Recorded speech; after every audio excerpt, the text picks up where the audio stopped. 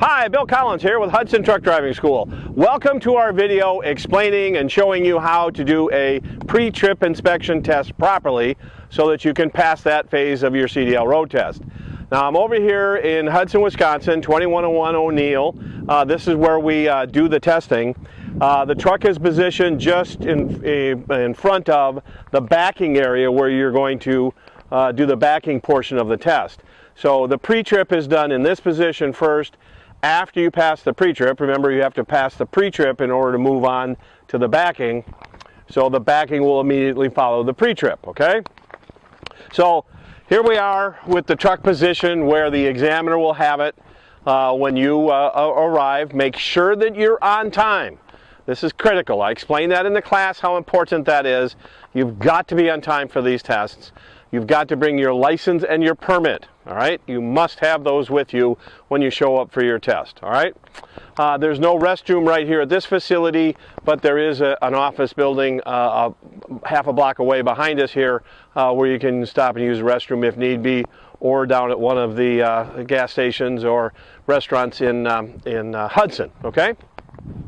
So arriving here on time, you'll connect with the examiner. Now, you get to use this checklist during your CDL permit test, the pre-trip inspection test. This is the Class A version. There's another version for Class B. All right, we have these in the office. Make sure that you use a sheet protector, especially if it's raining, any sort of precipitation. You get to use this checklist, but you want it to stay in decent condition, despite the fact there might be some precipitation. You're not allowed to have any notes, diagrams. You're not allowed to prepare this in any way. You must use it in its virgin state. All right? Now, as we've told you in the class, you have to point and explain. The manual says point or touch. We don't want you to touch anything under the hood or under the vehicle. The only thing you should be touching would be to open the hood when necessary, opening doors when necessary. Otherwise, we don't want you touching anything under the hood, under the vehicle. We don't want you to pinch yourself, cut yourself, get grease on your hands. So make sure that you're not touching anything underneath the truck.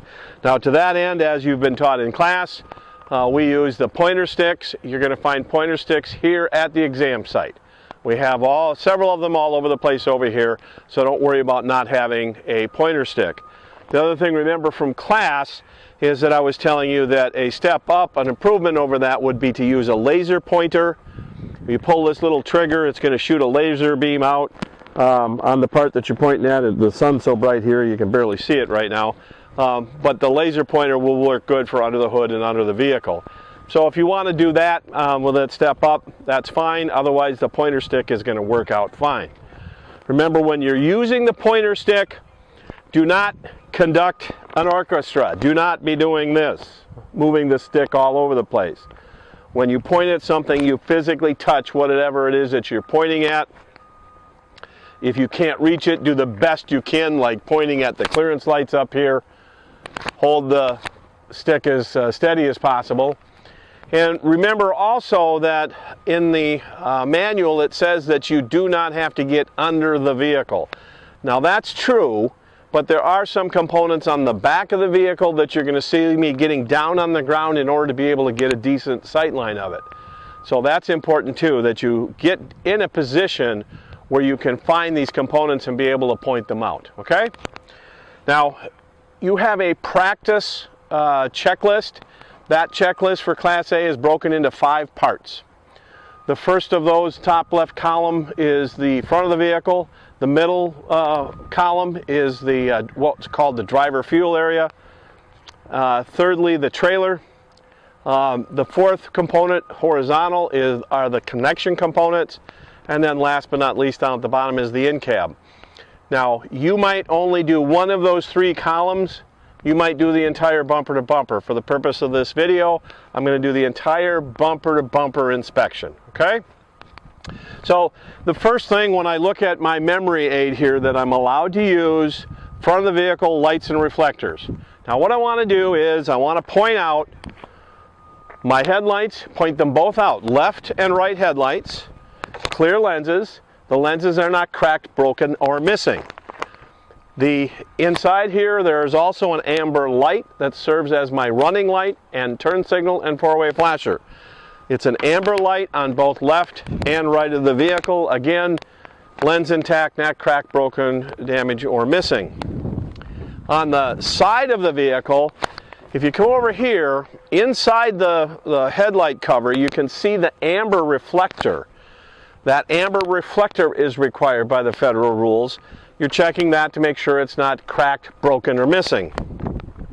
Now this particular truck also has a little side turn signal light. This isn't required by rule, but it is there. The lens is not cracked, broken, or missing. We're going to check to make sure the lights work a little bit later. At this initial phase, you're just checking to make sure that the lenses are there, there's no cracks, no damage, they're not missing, and proper color. And you have to explain the proper color to the examiner.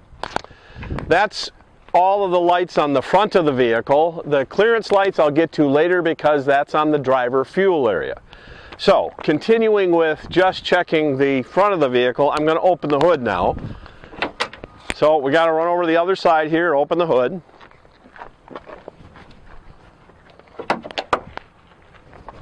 These hoods on these little Freightliners open very easily. I like to catch it, make sure it doesn't bang too hard. Now, if we look at our checklist, it went front of the vehicle, lights and reflectors, so I've done that. And now engine compartment, all right? So I've got several things I have to point out in engine compartment. Remember, your practice list identified all of those things, and you're going to have to memorize that from that practice list. One of the first things I like to point out is the oil level. Now, like everything else on this inspection, I'm not physically checking it. I'm not going to pull that dipstick out to check the oil. I'm pointing it out to the examiner to show him where it is and explain how I check it. So there's my oil level dipstick. I would pull it out, wipe it clean, reinsert it, pull it back out, and I'm checking to make sure the level is above the refill mark. The other thing that I have right over here on this side pertaining to the engine compartment is my power steering fluid reservoir. This one is plastic, so I can see the level. It's identified on the plastic reservoir low and high. It has to be in between and above the refill mark. Okay? I'll make sure the caps are on tight and nothing's leaking. Also on this side of the truck is the air compressor. Now the air compressor is rather difficult to see, and it's way back here on this truck. This is a Cummins motor. We have trucks with both Cummins and Mercedes. Some of the compressors are up in the front on this side. This one happens to be in the back. Now, it's really important with when you're doing your test that you tell the examiner that the air compressor is not belt driven. Tell the examiner it's internally driven, not belt driven. I would check the compressor to make sure that it's not leaking air or oil, mounted securely. Okay? The power steering pump is also driven off that same shaft down there, very difficult to see. The power steering is not belt driven. It's properly secured and not leaking. Water pump. Now the water pump is at the front of the motor. Again, difficult to see because from the side here, there's very little to see with the water pump. But bottom line, it's behind the fan on the front of the motor. So you just point to the front of the motor, behind the fan. That's where my water pump is located. It is securely mounted. It is not leaking. Now the water pump is belt driven, and we can just barely see the belt there.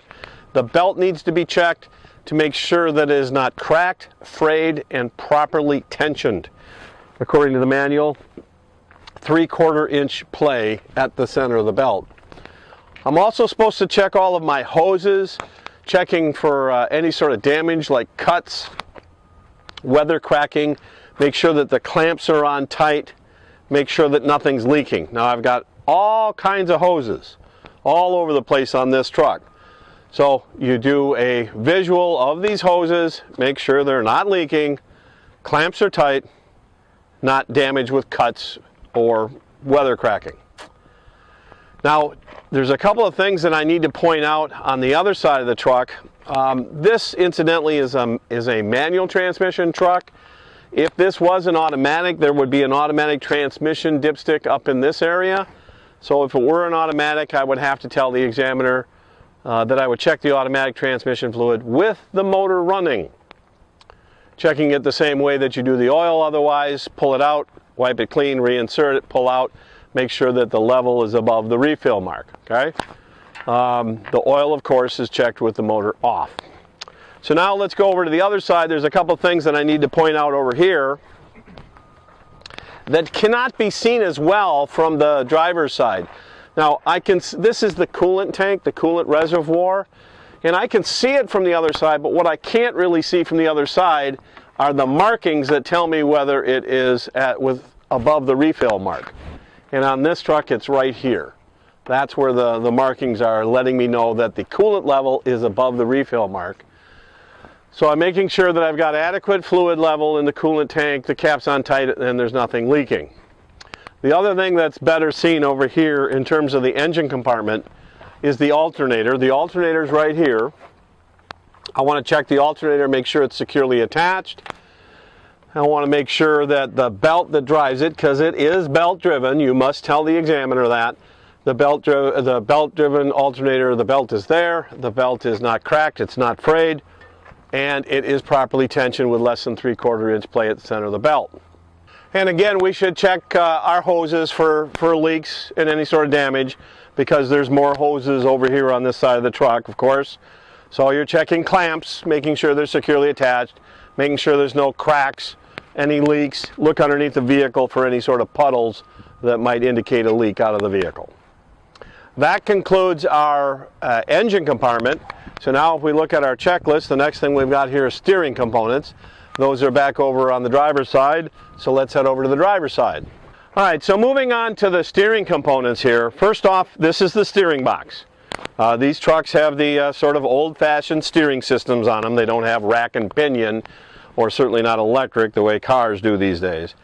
And one of the critical things here is you're checking to make sure that the steering box is securely attached to the frame.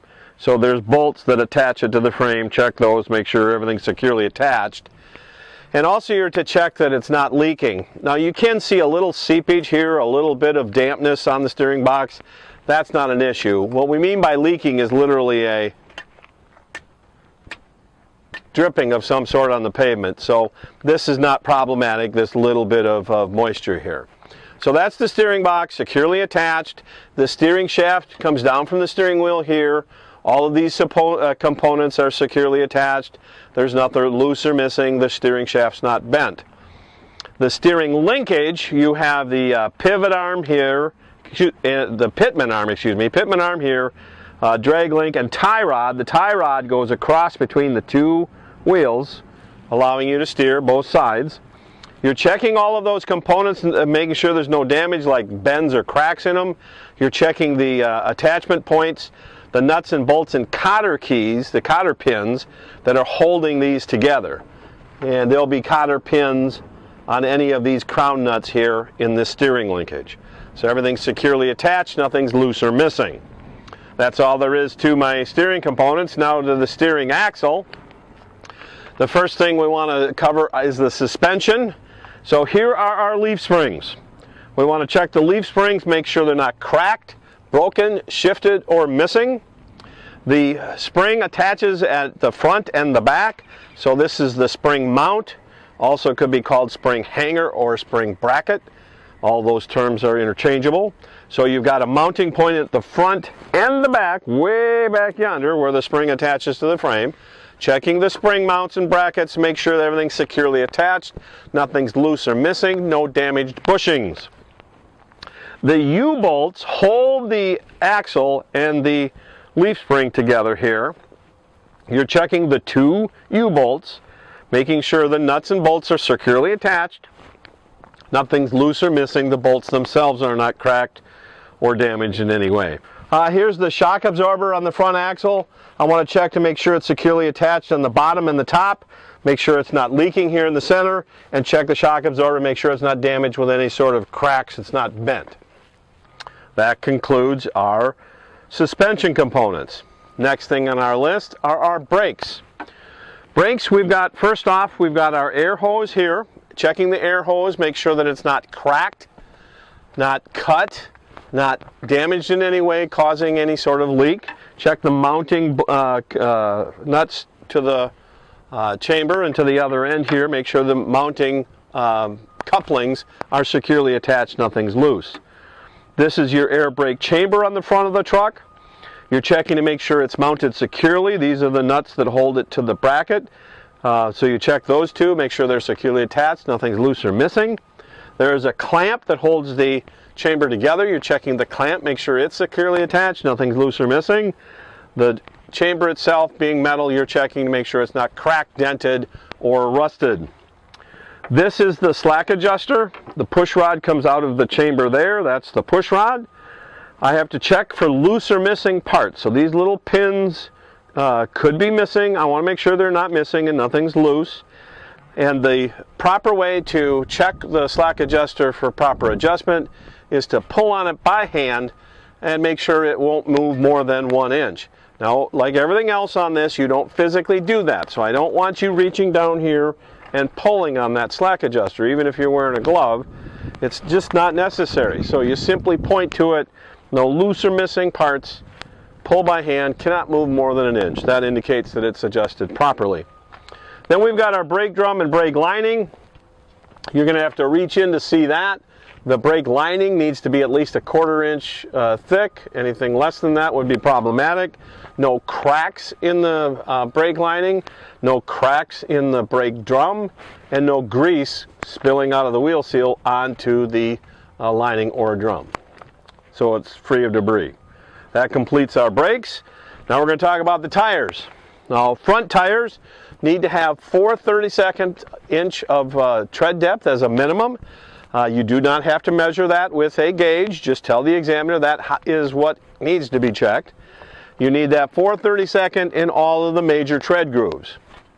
You want to check the outside of the tire, make sure it's not worn unevenly, cupped in such a way that would indicate poor alignment or some other suspension steering issue. So make sure that it is worn nice and evenly.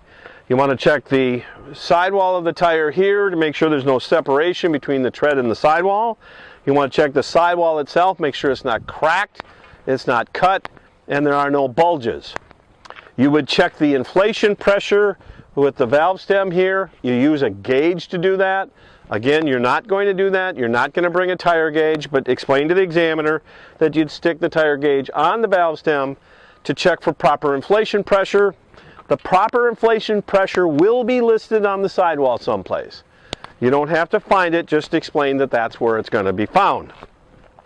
When you do this checking of the pressure, make sure that you put the cap on tight when you're done. Make sure this valve stem is not leaking.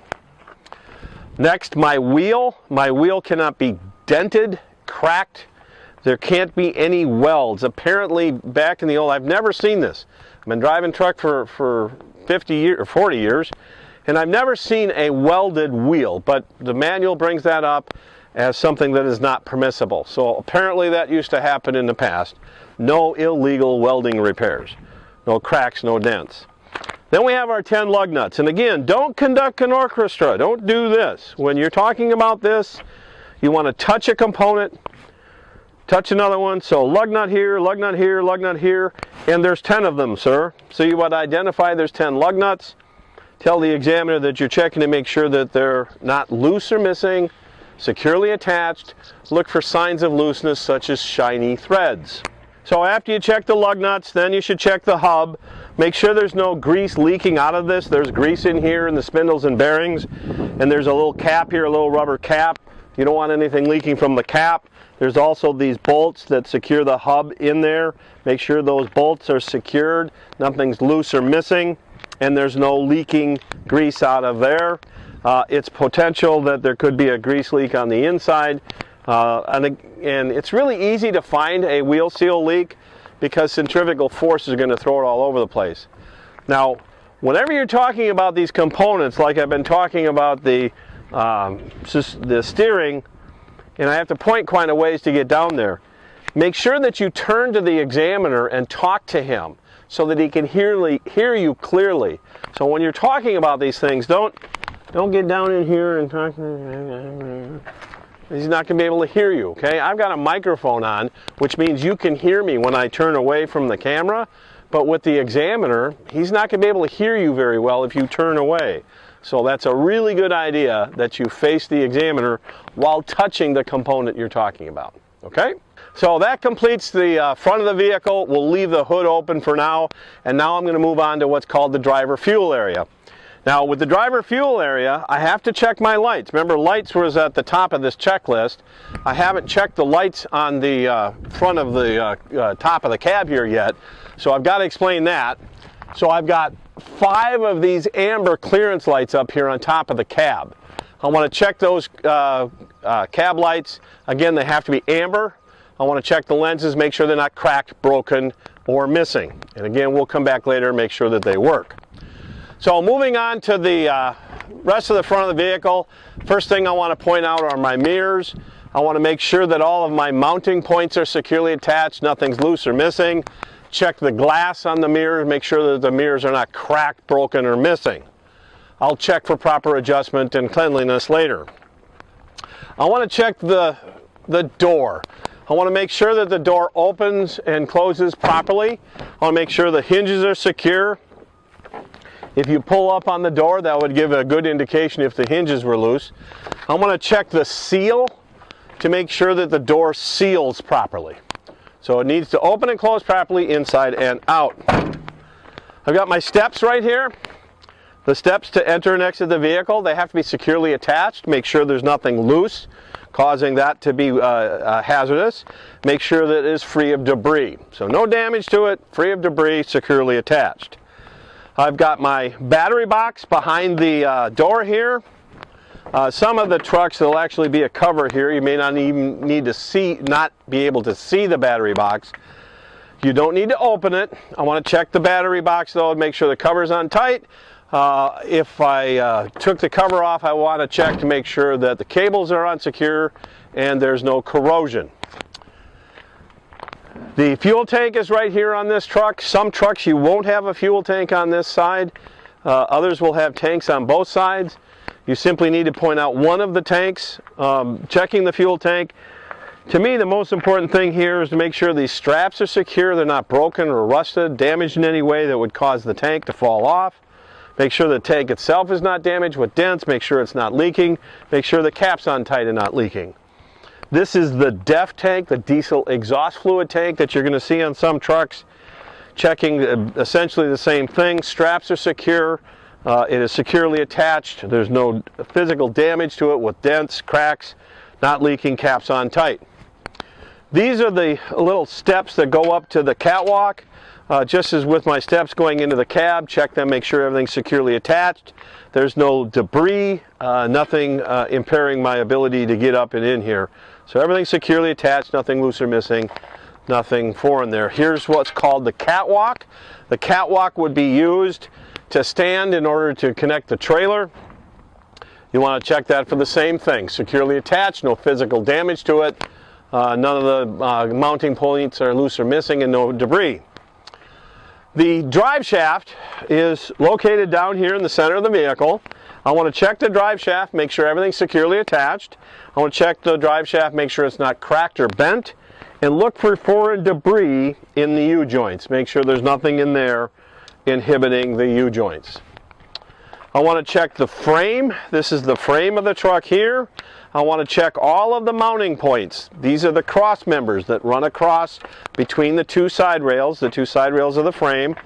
It's really important to check to make sure all of these mounting bolts are securely attached, nothing's loose or missing, there's no crack, no physical damage to the frame or the cross members, okay?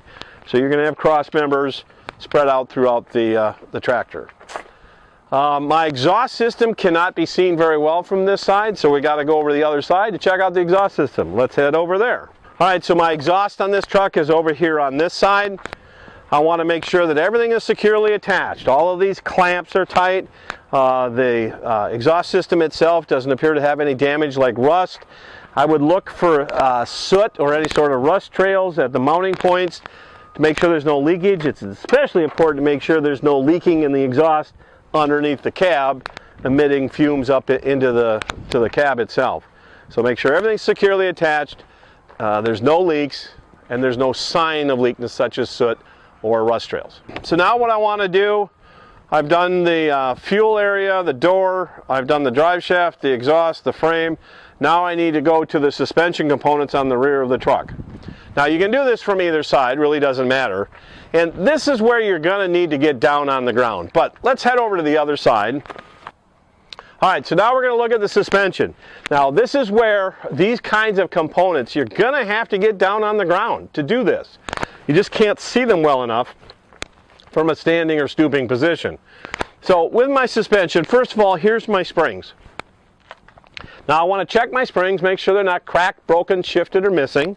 I want to make sure that the mounting bracket is securely attached. There's no loose or missing bolts. The bushings are in good condition. There's no damage there. Now this spring is actually a torque arm on this truck. It really doesn't matter whether you call it a spring or a torque arm. The important thing is that you're pointing at the component and explaining to the examiner what kind of damage might be there. And so that's what you're checking, whether it's a torque arm or a spring. The difference between a torque arm and a spring goes all the way across from one side to the other with the axle mounted in the middle. A torque arm only goes halfway, mounts to a bracket on the frame, then mounts to the axle. Both of them are going to have U-bolts, okay? So you got to check those U-bolts the same way we checked in the front, but you've got to explain it again, that you're checking the U-bolts, make sure they're not damaged, they're not missing, the nuts and bolts are securely attached, they're not loose or missing. And it may be very difficult to see those U-bolts. On this truck it is. Now again, I do not want you going underneath the vehicle. So the best you can, what I can do, is I can point over to the other side here at the U-bolts, holding the axle to the torque arm right there. Difficult to see, but you need to understand where they are and be able to point them out to the examiner. So those are your torque arms on this truck. On this truck, it has an air ride suspension. We can see that best from the back. So let's go back here. So again, you're going to have to get down on the ground to point these things out. There's the airbag. I want to check the airbag. Make sure it's not cracked, cut, and not leaking. There'll be a mount on the bottom, a mount on the top of the airbag. I want to make sure the mounts are securely attached, nothing's loose or missing. Okay, so again, we're going to check those U-bolts. You can see them pretty well from the back here. Checking the U-bolts, make sure they're securely attached.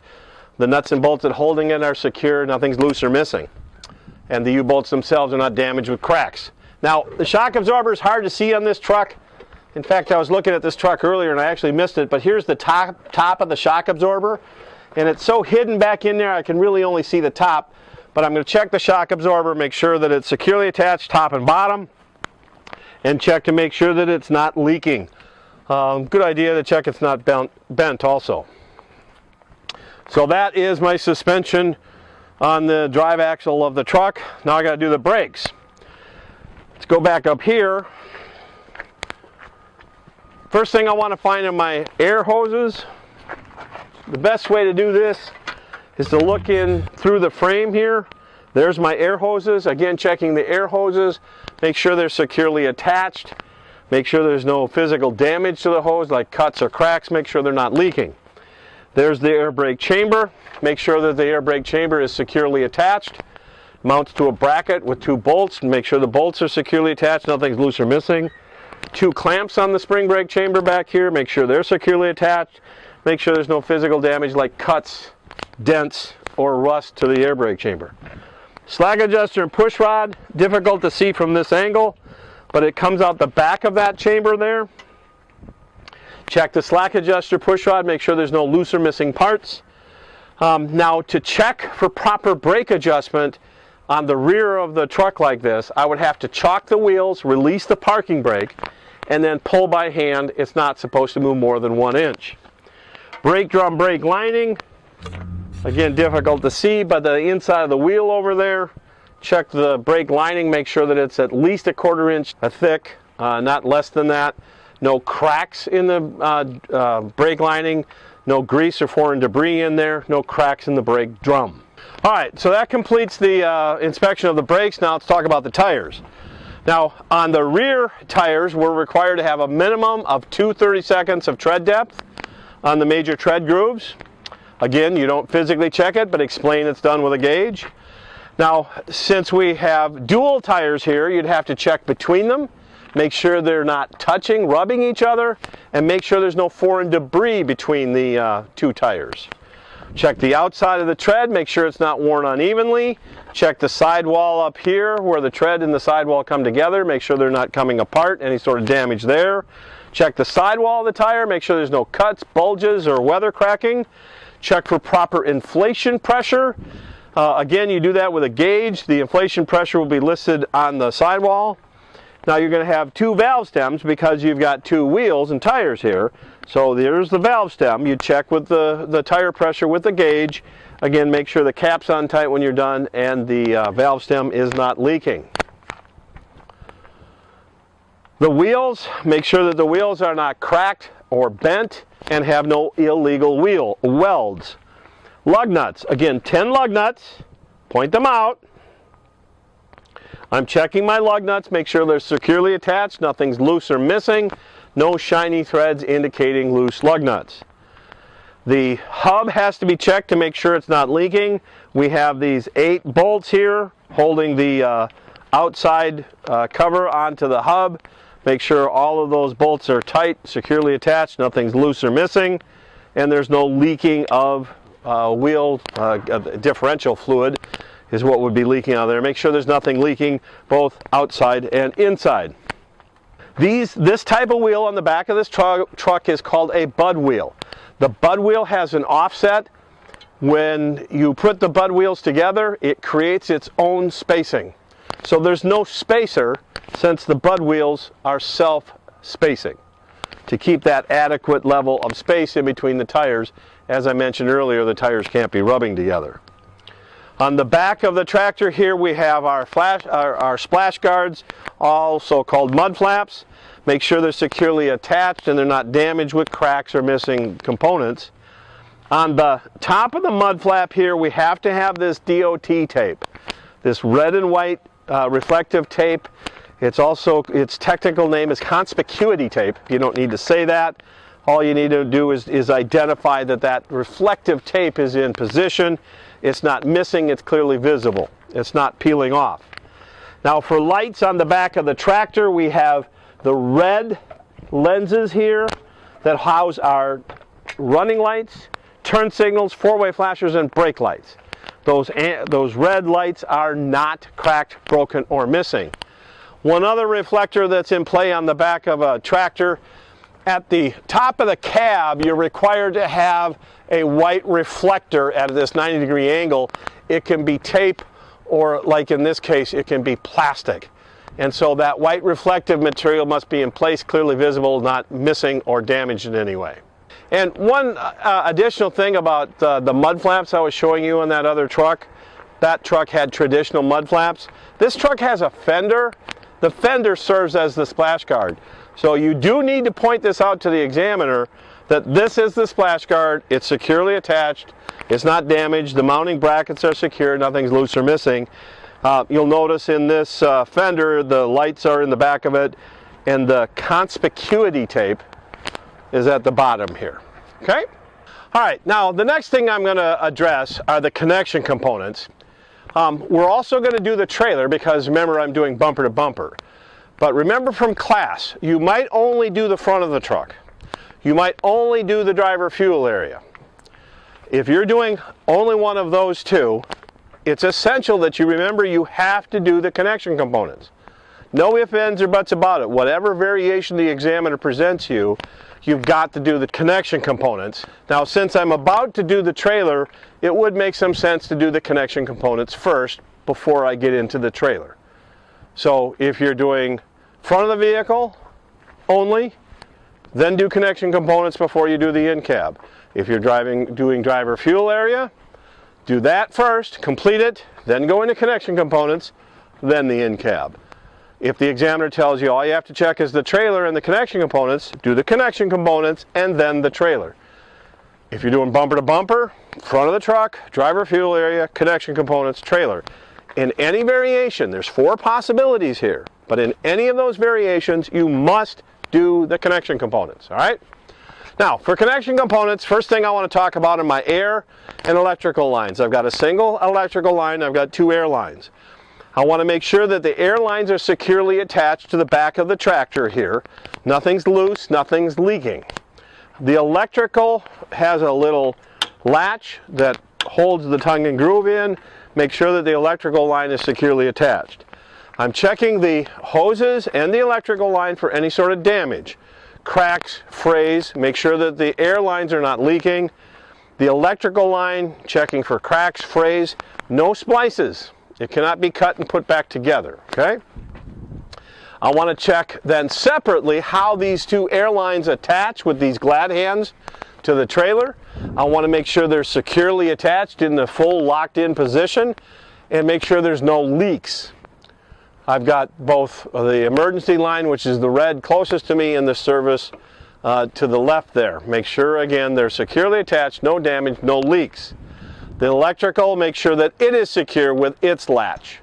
So securely attached on the electrical line. When checking the air lines and the electrical line, along with checking for damage like cuts and frays, making sure there's no leaks, no splices. Also make sure that the electrical line and air lines are not touching the frame or the catwalk here. You don't want them to be dragging across the frame or catwalk and get cut or pinched.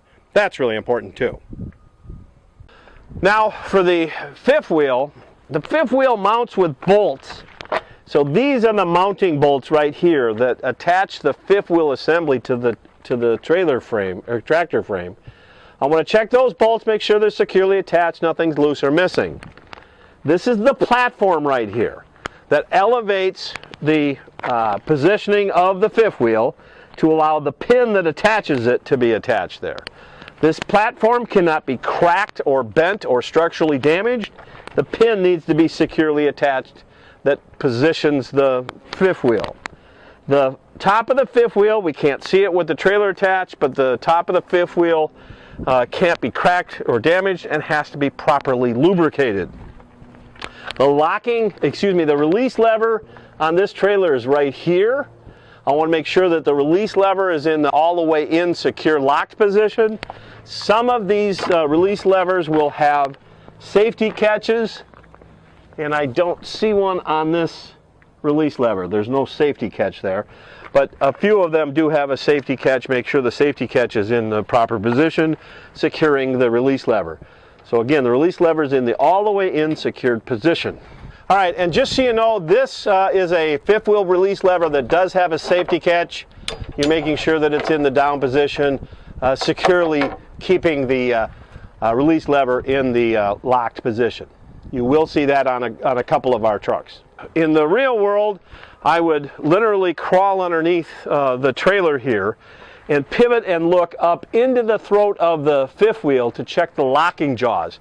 The locking jaws are what clasp the kingpin, and I want to make sure that those locking jaws are in the secured position. Again, because we're told by the CDL manual not to go underneath the truck or trailer, we're not going to do that. So take your stick, tell the examiner you'd scooch underneath there, turn and look up into the throat of the fifth wheel jaws to make sure that they're locked securely. On the trailer, you can't see the kingpin that's locked in the jaws, but with the trailer detached, you check the kingpin, make sure that it is not bent, cracked, or physically damaged. We did take a trailer and unhook it from a truck just so you could see the kingpin. This is what the kingpin looks like. It's got a 2-inch outside diameter shank, and this is the apron. Now, you see the grease there, it has to be properly lubricated. The underside of the trailer is the apron that sits on the fifth wheel. That's a big metal plate that's underneath there. It cannot be cracked or broken, and it also has to be properly lubricated. And it's really important that there's no gap here between the apron of the trailer and the top of the fifth wheel, the skid plate of the fifth wheel. All right, so we've done our coupling devices here, truck and trailer. Remember, you got to talk about the connection components, the air and electrical lines coming out of the tractor and attaching to the trailer. Don't miss that. All right, so now we're going to talk about the trailer. So first thing on the trailer here, lights and reflectors again, okay? So on the front of the trailer, on this trailer I do have an amber reflector. The conspicuity tape would suffice, but we've added the amber reflectors here. Make sure they're in place, clearly visible, not damaged in any way. At the very top of the trailer, I'm going to have amber clearance lights. Make sure the amber clearance lights, those lenses are not cracked, broken, or missing. The other thing in terms of the reflective material, all along the side of the trailer I need to have this DOT reflective tape with at least 50% of the trailer covered. Check the front of the trailer for any sort of physical damage to the front of it. Looking at these rivets, make sure they're all securely attached. There's no protrusions, there's no dents from the inside pushing out, so that the front of the trailer is secure. All right, now we got to check the frame of the trailer, and if you look underneath here, there's no frame going from the front to the back. So the side of the trailer, this metal piece here, becomes the side of the frame, and you have these cross members here that are attaching and holding this all together. So you're checking the outside portion of the frame, you're checking the cross members underneath, making sure that they're not damaged, there's no cracks, there's no rust. Any nuts and bolts have to be securely attached, nothing loose or missing. Then let's go into our landing gear. Our landing gear has to be in the fully raised position. The crank handle has to be securely attached so it's out of the way and secure. And you want to check any mounting bolts that hold this landing gear assembly together. Checking these nuts and bolts, make sure everything's securely attached, nothing's loose or missing. Real important to check the cross members here. Make sure those cross members are not cracked or bent or have any sort of physical damage to them. This trailer does have the side turn signal light. It is amber in color. It's not required, but you'll see these on a lot of our trailers just for safety purposes. So tell the examiner it's the proper amber color and the lens is not cracked, broken, or missing. Your checklist refers to a tandem release. On some of these bigger trailers, the rear axles can be adjusted in terms of their positioning. That's what the tandem release refers to. We don't have that on any of the trucks we use for the test, so forget about that. All right, so the next thing I want to do on the rear of my trailer is my suspension. So on this trailer, I've got these torque arms again that attach way in here. They attach with U-bolts to the axle. So I check the mounting points to the torque arm. Check those nuts and bolts, make sure they're securely attached, nothing's loose or missing. Check the torque arm itself, make sure it's not cracked, bent, or damaged. Check the U-bolts, make sure that they're securely attached, none of the nuts and bolts are loose or missing. This is the frame assembly of the rear suspension. Make sure there's no damage, cracks, or not bent in any way.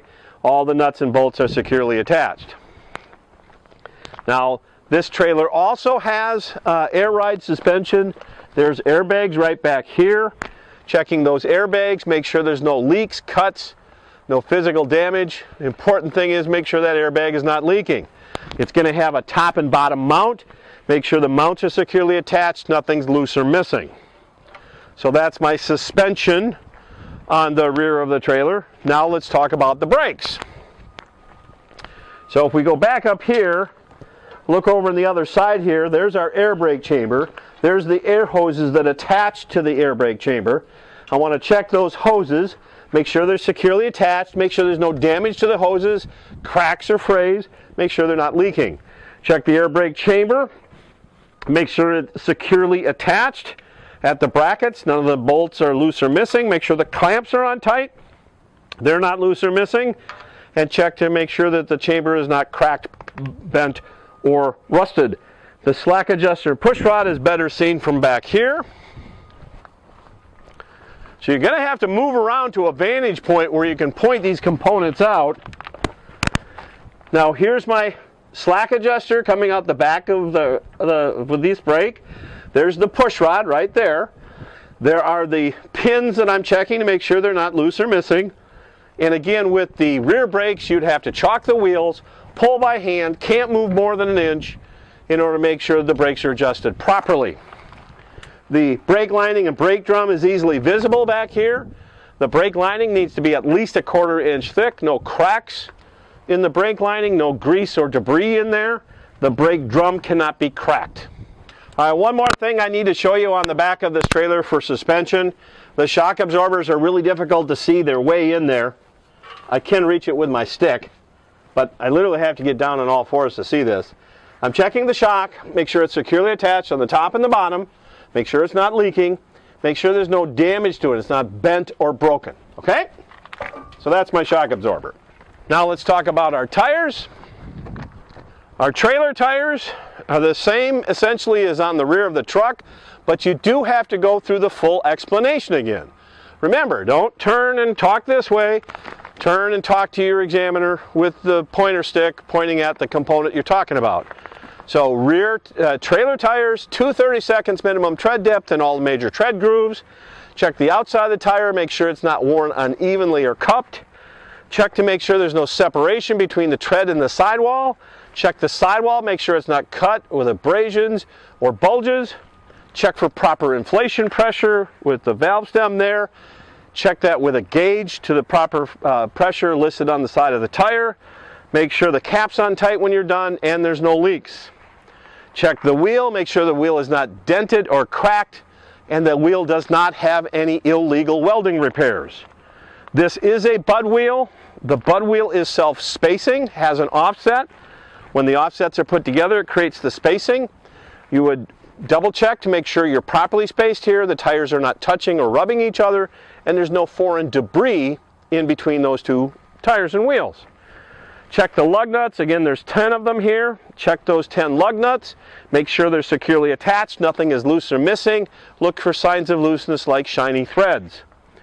The hub here, this is where our grease is in the rear axle. It has a plastic cap. Check to make sure that that's securely attached. There's no grease leaking out of that cap. Again, it'll have these little bolts holding the metal part onto the hub. Check those little bolts, make sure they're securely attached, nothing's loose or missing, and there's no grease leaking out of that hub. Again, if it was leaking, centrifugal force would throw it all over the place. All right, now let's talk about the back of the trailer. Lights, we have the red lenses that house our turn signal, brake light, running light, and turn signals and four-way flashers. The red lenses are not cracked, broken, or missing. Up at the top, we've got red clearance lights.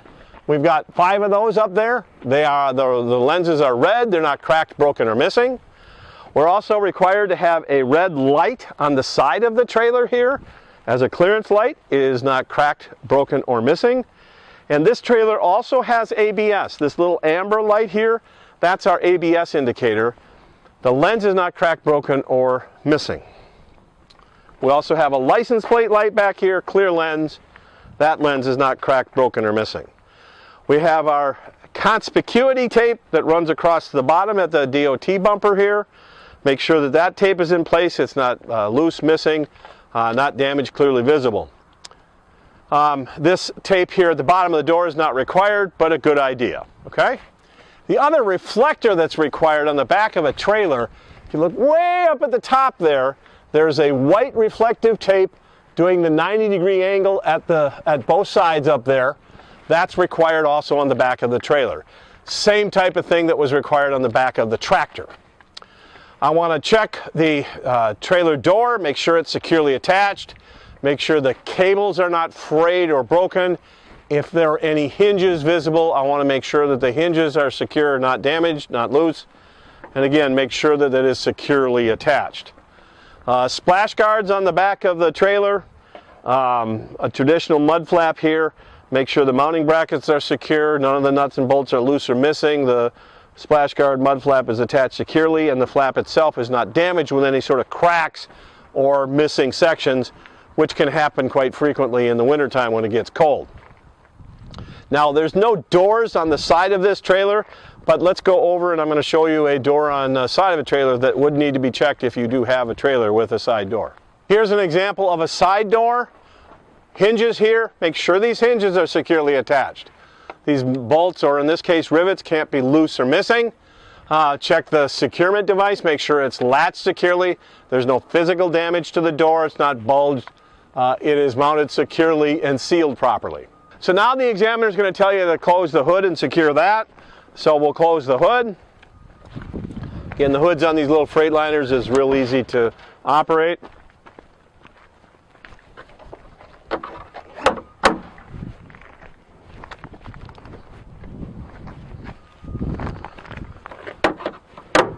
And now the examiner is going to give me instructions to check the lights.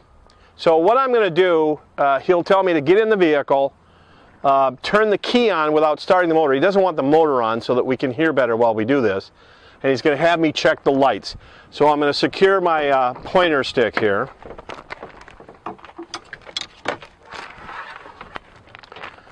I'll jump up in the truck. I'm going to roll the window down so that when we do some communicating, we can hear each other. 3 points of contact to enter the vehicle.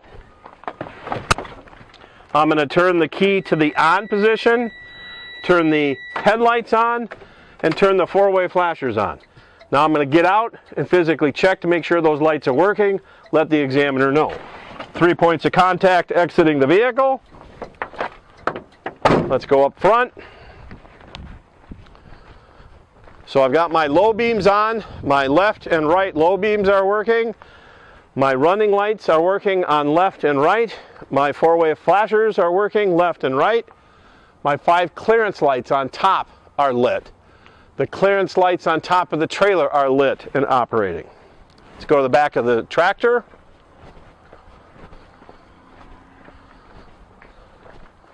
So back here, I've got my running lights are lit and my four-way flashers are flashing correctly left and right.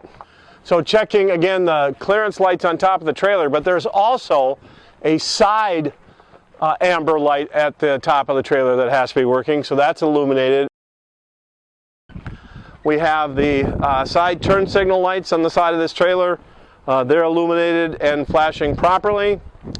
We have the red clearance light on the back of the trailer is lit, operating properly. Up at the top there, you can see the 5 clearance lights. They're all operating, lit properly. We have our running lights left and right are operating and lit. Four-way flashers flashing left and right. License plate light is right here, but it looks like we need a new bulb for that. Over here I do have that red clearance light on the back is operating. You can see the four-way flasher operating on the side of the trailer. You can see the clearance light up at the top of the trailer there, that amber clearance light on the side of the trailer at the top, operating properly. Now let's run back to the cab. All right, back of the cab, again, 3 points of contact to get up in here. And what I'm going to do now is I'm going to take the four-ways off. I'm going to put the high beams on, and I'm going to put on the left turn signal.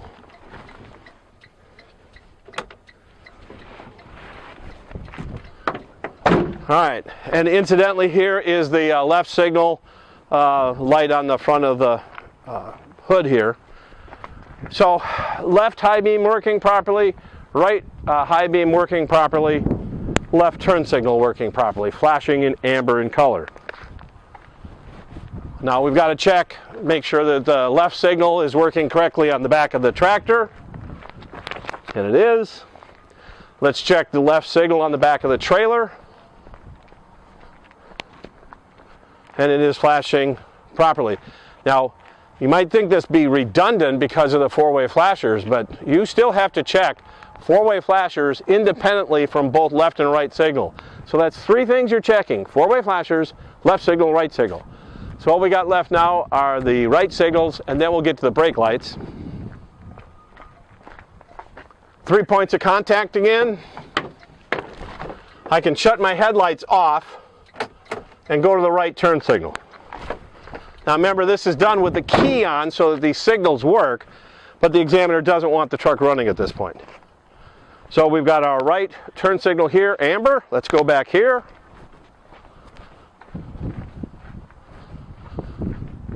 We have our right turn signal working on the back of the tractor. We have our yellow, amber turn signal on the side of the trailer flashing properly. And we have our right turn signal operating. So now what we need to do is we need to check our brake lights, and to do that you ask for the assistance of the examiner, and he will oblige you with no problem. So let's go do that. You should close the door. I'm going to leave it open so you can hear me better. But what you do at this point, the examiner will be out behind you there. You're going to tell him the brake light's working on the tractor. You'll get an affirmative. He'll go to the trailer. Again, brake light's working on the trailer. You get an affirmative. That completes your light check. All right, so now what we're going to do the in-cab inspection that includes the starting of the vehicle. So the first thing I should do before I start it up is put my safety belt on. And I have to check the condition of the belt, make sure it's not frayed or cracked. There's a little bit of fray here, but not enough to be an issue. I want to check to make sure it's mounted securely and that it latches securely here. So having done that, now I'm going to do my safe start. We're using a manual transmission here. You want to make sure it's in neutral. If you have an automatic, just make sure it's in the neutral position on the shift indicator there. I want to make sure these brakes are on. I want to cover the brake pedal with my foot. And being a manual transmission, I needed to press the clutch all the way to the floor and start the truck. That's my safe start, okay? All right, now the ABS light is flashing right now. It just went off. I have to catch that and tell the examiner that the ABS light did come on and then go off. That's an indication to me that the ABS is working correctly. You have to tell them that as soon as you start the truck up, all right? So now I'm going to check my lighting indicators since I'm talking about lights. There's my left turn signal indicator. There's my right turn signal indicator. There's my four-way flashers. They're both flashing. And then high beams. There's a little blue light up here, and that is working properly. So those are my lighting indicators, okay? For gauges, I've got my oil pressure gauge right here. I need to tell the examiner that it's operating. I can tell it's operating because it's up in about 35, 40 pounds. And the real important part with the oil pressure gauge is the little red light is off, so that indicates to me there's not a problem with oil pressure. With water temperature, the truck just being started, I can tell that the water temperature gauge is working because the needle is off the zero. It's at about 125 degrees. It'll get warmer as we use it, but the important thing here also is that the little red light is off. My voltmeter is here in the center of the dash on this truck. I want to make sure that the voltmeter is something north of 12. It has to be 12 or 13, low 14s maybe. It's a 12-volt battery system, so I'll make sure that I've got at least 12 volts going back into the battery. If it's less than 12, it would be discharging. And there may be a red light indicating discharging also. So as long as there's no red light and I'm above 12, I'm in good shape with the altmeter, voltmeter. Air gauges over here, I have two air gauges. I can tell that the gauges are operating because the needles are off the zero. They're at the maximum there at 125 pounds. We're going to be checking for leaks a little bit later. Horn, I have my electric horn here. That's working. The air horn is up here. I'm not fond of using the air horn, especially in the wintertime. I don't want to scare anybody. If you want to toot the horn, just do it real quick so that we're not frightening anybody as we go along. Mirrors adjusted properly for me, both left and right. Clean, good visibility out the mirrors. The windshield, make sure that the windshield doesn't have any cracks, chips, or illegal stickers. I want to check my windshield wipers, make sure that they're wiping properly.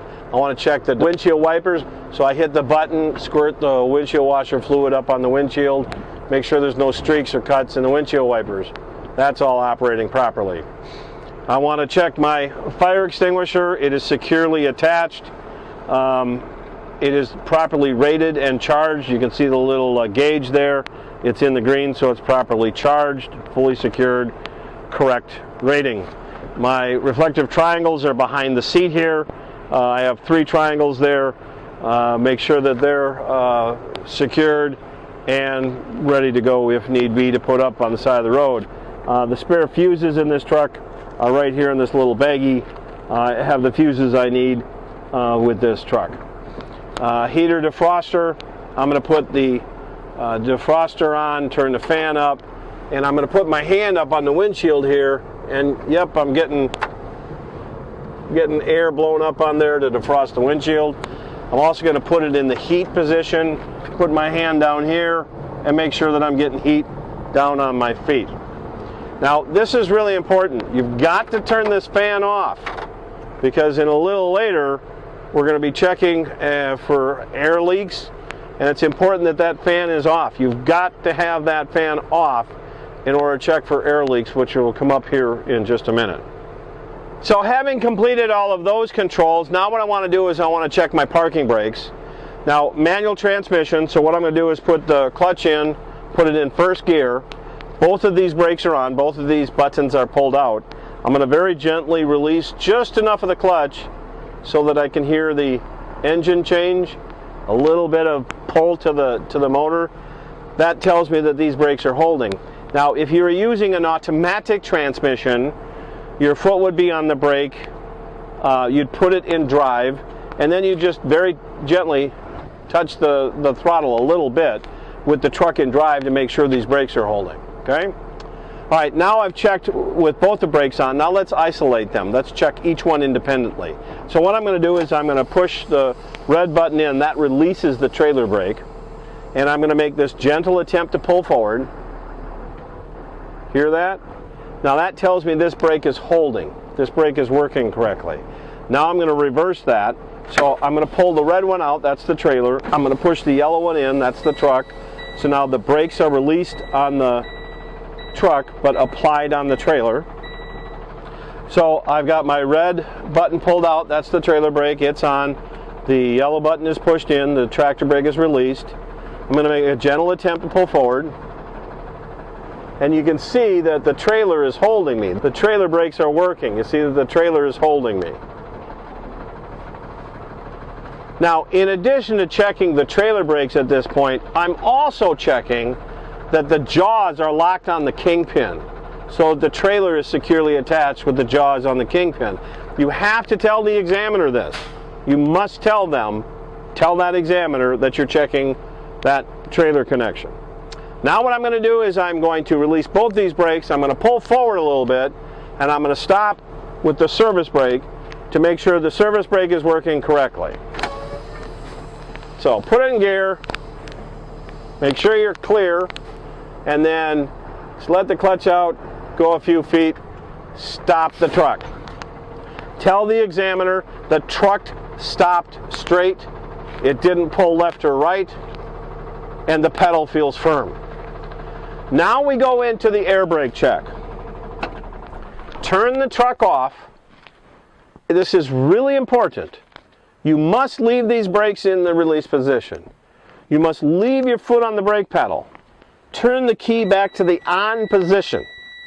It has to be on for the next step, but I would advise that you put the key on at this point. Now, these are the three things that have to be done correctly. If you do any one of these incorrectly, you fail the test. This is a part of the in-cab, so the examiner is not going to give you a special or unique instruction of this. It's a part of the in-cab inspection. So you go into this automatically without being told. And what I need to do now is I need to check for air leaks. It's important that this window is down, all right, at least down a little bit. Tell the examiner you're listening for leaks outside the vehicle. That fan, remember the fan? It has to be off, okay? You can't have the fan up like that because that will interfere with your ability to hear the leak. So this is important. Brakes are released, this brake is applied, motor is off, key is on, windows down, fan off. Tell the examiner you're listening for leaks and watching the two air gauges. And you're watching to see if any air leaks out of the truck during a 1-minute test. You have to time that. Wear a watch if you have one. You have to time this 1 minute. Now the examiner is timing you to see if you're doing it correctly, but he is not timing for you. So the examiner is not going to say, oh, okay, you're done. Now we do have some timers in these trucks, and the way you do this, you hit these two buttons to set the timer at 0. Hit the top button, that'll give you a 1-minute indication, and then when you start the 1-minute air loss check, you hit that little button and it'll count down for you. So if there's an operating stopwatch in the truck, you can use that. If you wear a watch, you could use your watch. Now, if you don't have a watch, first of all, don't use your cell phone. The examiner doesn't want you to do that. If this timer is not working, or if you can't figure out how to get the timer to work, you can ask the examiner to time for you. But you'd have to ask. Don't assume he's going to do it for you. Now, during that minute, you're not allowed to lose more than 4 pounds of pressure while your foot's on the brake. These two things are released. Fan is off, window is down, listening for leaks. Okay? 1 minute.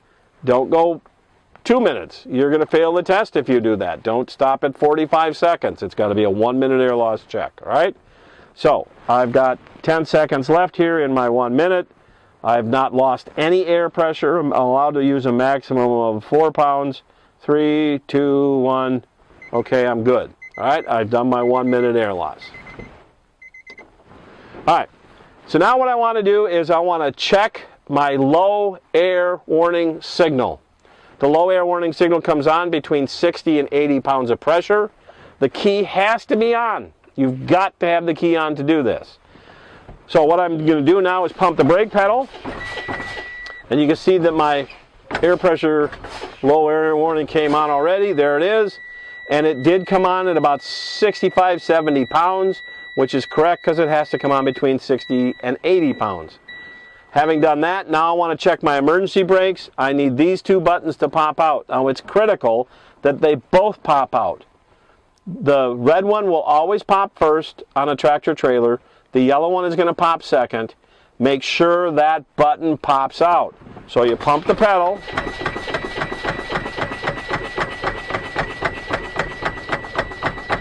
There's the red one. Keep pumping, keep pumping, keep pumping, keep pumping, pumping, pumping, pumping, pumping, and there's the yellow one. When this red one pops out, don't hesitate, don't slow down, don't stop. Continue to pump until this button pops out. It's mandatory. At that point, check your gauges, tell the examiner, yep, the emergency brakes came on about 25 pounds of pressure, which is correct. They have to come on between 20 and 40. At this point, you're going to start your truck. It's a good idea to check to make sure that the emergency brakes are holding, put it in gear again, test the brakes, and now we need to build up our air pressure. My ABS light is flashing again, by the way. If perchance I forgot to do that when I first started the truck, I would still get credit by mentioning it now when I restart the truck. Now what I want to do is I want to build up my air pressure. So it's helpful to increase engine RPM up to 1500, hold it steady at 1500. The air pressure will climb quicker that way. You want to get up to the full 125 pounds of pressure before you stop that process. The light and buzzer is going to go off at about 80 pounds of pressure, but continue building pressure until you get all the way up to the 125.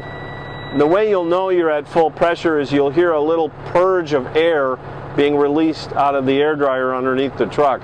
So when you hear that, that's an indication to you that you're at full pressure. Now, if you mess any of this air brake check up, you failed the test. You are allowed to redo it. If you feel like you've done something wrong, incorrect, you've made a mistake, the common mistakes are to forget to turn the key back on. Remember, when you started this process, you started by pulling forward. Let me just do that again, making sure the truck is clear. But this whole air brake check process starts off with pulling forward and stopping and telling the examiner you're stopping straight. And so again, you've got to leave your foot on the brake. You've got to leave these buttons pushed in. You've got to turn the motor off, but you've got to turn the key back on. A very common mistake is when checking for the low air warning signal, the key's not on. The buzzer and light is not going to come on with the key off. If that happens to you, if you try getting that low air warning signal come on and it doesn't come on, this is why. You forgot to turn the key on. So start the truck up and go all the way back to square one. So I would start the truck back up if I feel I've made a mistake.